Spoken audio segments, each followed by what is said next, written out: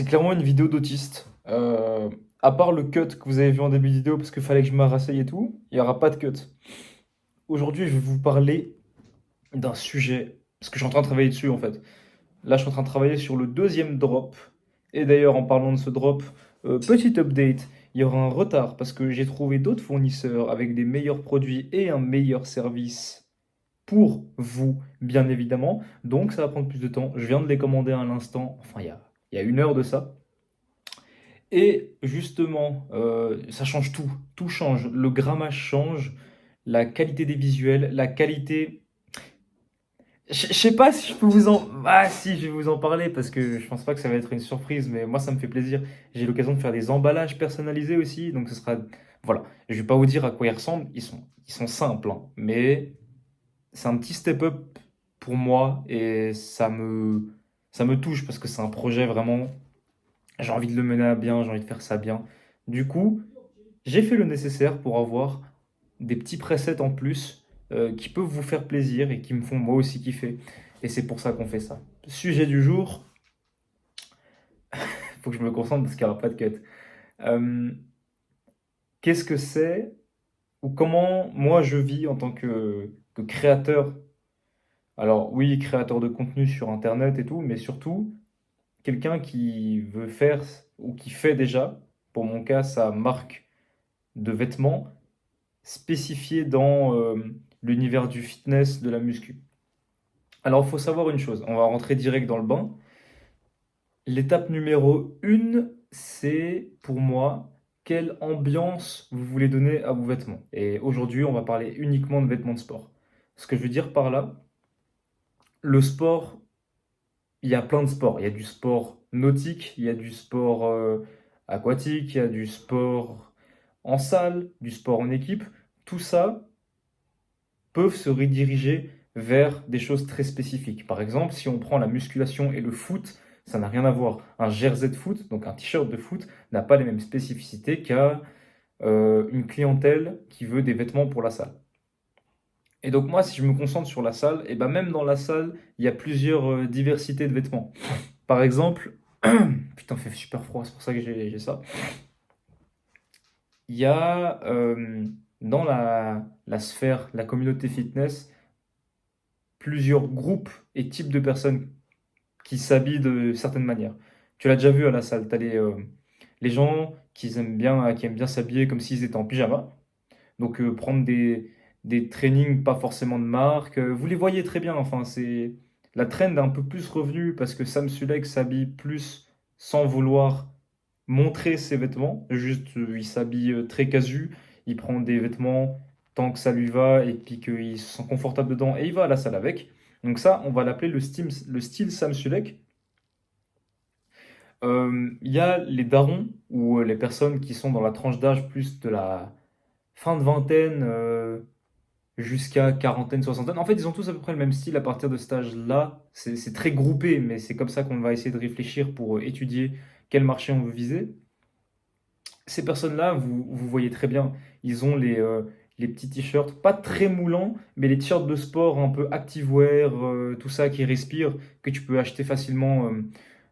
Alors, pour vous, la France, j'ai pas d'exemple, mais nous en Suisse, tu peux aller chez Oxner, ou alors commander tout simplement tes vêtements sur Zalando, mais c'est des vêtements de tendance un peu couleur, soit flashy, soit basique, mais moulants, mais pas trop.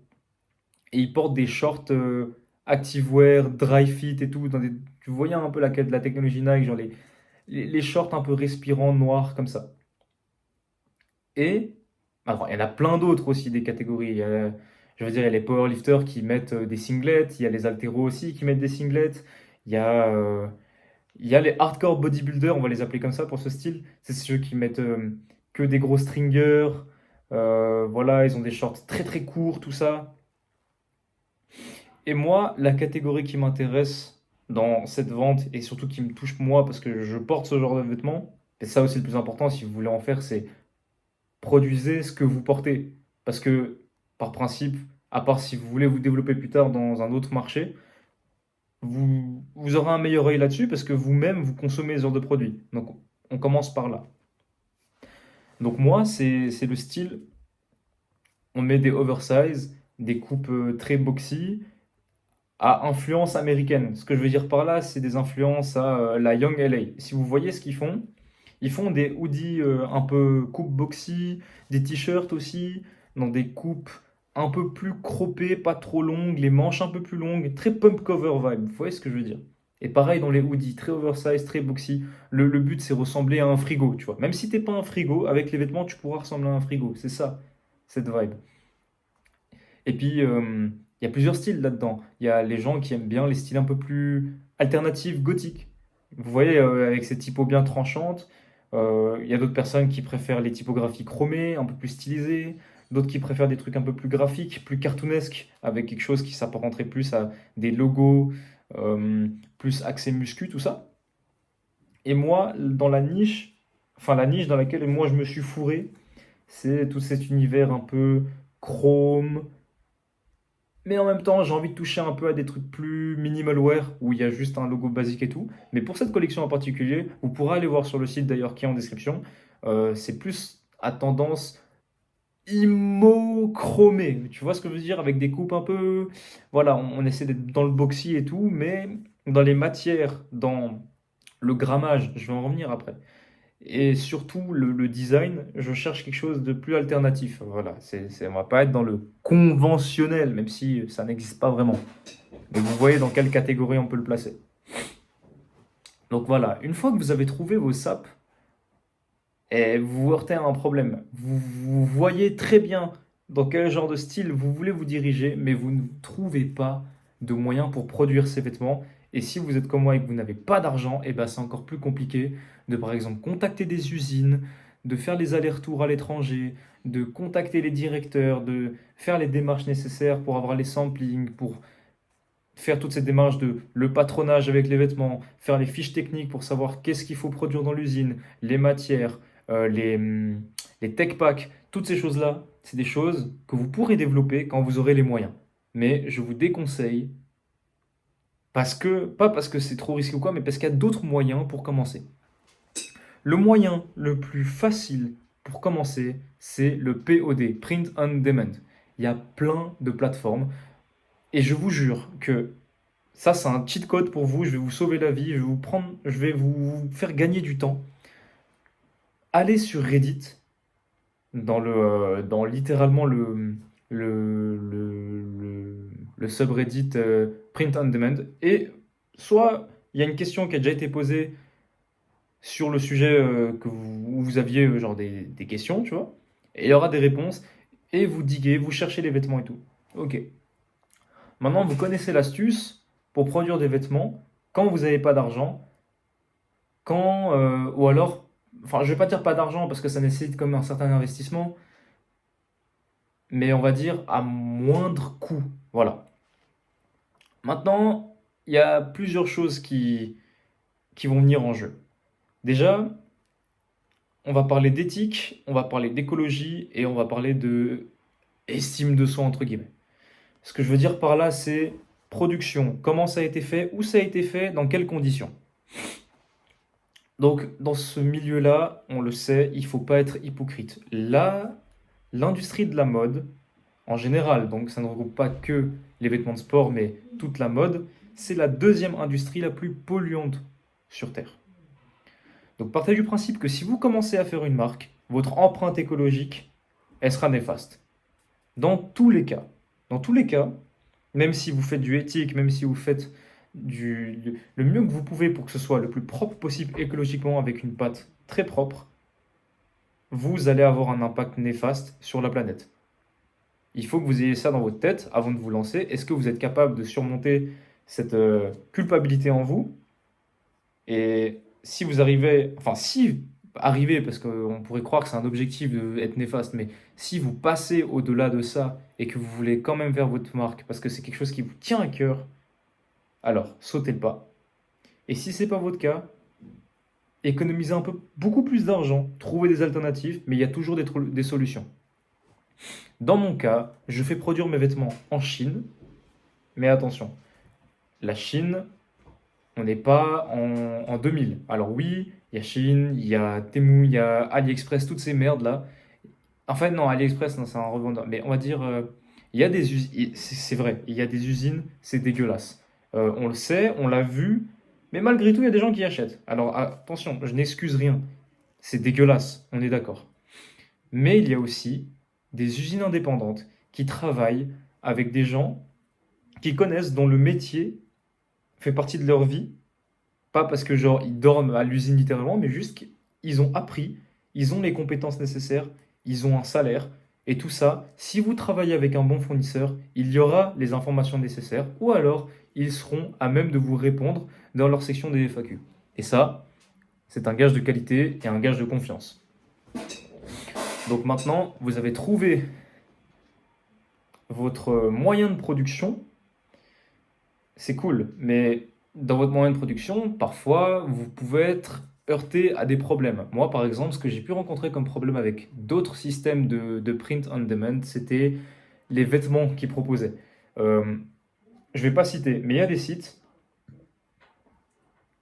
ils font des vêtements, ils sont pas merdiques. Loin de là, c'est des choses que monsieur et madame tout le monde peuvent porter dans le quotidien. Mais si ça ne correspond pas à vos attentes, par photo, je vous jure qu'en vrai, ça sera encore pire, vous allez déçu, vous allez perdre de l'argent. Donc, franchement, ne vous précipitez pas. Prenez le temps de diguer, d'acheter des samples, ou même s'ils ont la possibilité de vous offrir des samples, de prendre les samples, de regarder, comparer, faire des analyses techniques et analyses qualité de vos produits quand vous les recevez. Je ne vous dis pas de travailler avec des chercheurs, je vous dis juste avec votre œil et votre bon sens, est-ce que ça me plaît? Et par conséquent, est-ce que ça pourrait plaire à la majorité des gens ou à ma niche que je vise? Et je trouve sincèrement que cette étape-là, c'est la plus dure, hors du design, de tout ça. Trouver les bons samples, trouver les bonnes coupes, les bonnes matières, le bon grammage et la bonne manière par exemple, comment ils ont traité leur tissu, s'il a été délavé, s'il y a eu un traitement spécial pour l'apparence et tout, c'est le truc le plus dur, mais ça, c'était, je pense, il y a 3 4 ans. Maintenant, c'est devenu beaucoup plus facile. Les mots-clés que vous pouvez chercher sont extrêmement faciles aussi. Ça peut être streetwear, snowwash, délavé, fade. Tout ça, ça se trouve super facilement tant que vous collez POD derrière. Et même, vous pouvez poser des questions sur les subreddits. Je vous jure que ça devient hyper facile. Donc, imaginons que vous avez trouvé votre niche, vous avez trouvé votre moyen de production avec des fournitures qui vous conviennent et que vous pensez qui conviendront à la majorité des gens dans votre niche, avec des potentielles clientèles, il faut un design. Là, encore une fois, ça va dépendre de votre niche. Moi, j'ai choisi un peu le truc alternatif, IMO, chromé, tout ça. Ce que j'ai décidé, et vous pouvez aller le voir sur le site, c'est une typo de ma marque en chromé que j'ai travaillé. Maintenant, il y a deux solutions qui peuvent se proposer à vous. Soit vous le faites vous-même, comme moi. Moi, je suis en autodidacte, j'ai pas appris avec Internet ou quoi que ce soit, à part pour quelques tutos sur des trucs très spécifiques. Par exemple, genre si je veux faire un truc chromé, je vais pas me casser la tête à chercher 50 000 infos nulle part. Je vais sur une vidéo, je fais comment on fait un chromé, je prends cette base et je personnalise tout comme moi j'ai envie que ça fasse. Et la typo, ça aussi, ça va prendre du temps. Si vous voulez trouver une bonne typo, je vous préviens, ça va vous prendre potentiellement un jour entier, peut-être 2 jours même, à diguer pour trouver la typo que vous pensez être la bonne. Pour un ordre d'idée, ma typo, la manière dont je l'ai travaillé, tout ça, ça m'a pris à peu près un jour et demi complet de travail. Donc on parle en heures. Et donc voilà, vous avez ça, vous avez travaillé votre design. Maintenant, il n'y a plus qu'à faire la phase du sampling. Vous commandez vos produits, vous regardez si l'impression vous plaît, si la coupe est toujours celle que vous aimez, si la qualité des coutures est convenable pour le client. Parce que l'important, c'est pas de se dire, ouais, là c'est un peu contradictoire ce que je vais dire. Mais avant, je vous disais, je vous disais, il faut faire les choses qui nous plaisent à nous pour que ça plaise à la majorité de notre niche. Sauf que maintenant, on parle d'une clientèle et d'une satisfaction clientèle. Quand vous allez recevoir vos produits, je veux que vous ayez un œil de connard. Vous regardez le t-shirt, s'il y a un truc qui joue pas, tout le monde peut dire que ça joue pas. S'il y a une couture qui foire, si vous voyez que le truc il est pas symétrique, si vous voyez que genre le tissu en fait il pue, il n'a pas la bonne matière et tout, il faut être intransigeant avec ce genre de choses. Rien ne doit passer. Et si par mégarde vous avez laissé passer un truc, c'est pas grave. C'est une erreur qui arrive et la prochaine fois, vous ferez mieux. Mais essayez d'être le plus, mais vraiment le plus strict possible avec les samples que vous avez. Parce que dites-vous que c'est pas vos saps, ça. En tout cas, c'est pas les saps que vous allez que vous porter. Ça va potentiellement toucher des centaines de personnes. Et vous ne voulez pas que des centaines de personnes soit insatisfaits, soit vous demandent un remboursement. Parce que là, vous serez dans la merde. Surtout qu'on parle de personnes comme nous qui n'ont pas beaucoup d'argent pour débuter. Donc s'il y a des demandes de remboursement, alors si t'es pas trop con, t'as pas touché à l'argent de la boîte. L'argent de la boîte, c'est pour ta boîte, c'est pour ton truc. Tu vas pas acheter des tacos avec. Donc tu pourras rembourser les gens. Mais c'est chiant parce que bah, tu as investi du temps, de l'argent et ça démoralise de fou. Donc pour éviter ce genre de problème, passez tout au peigne fin. C'est le plus important. Bon, vous avez le produit, vous êtes très content, mais vous n'avez pas de plateforme pour mettre en avant ces produits.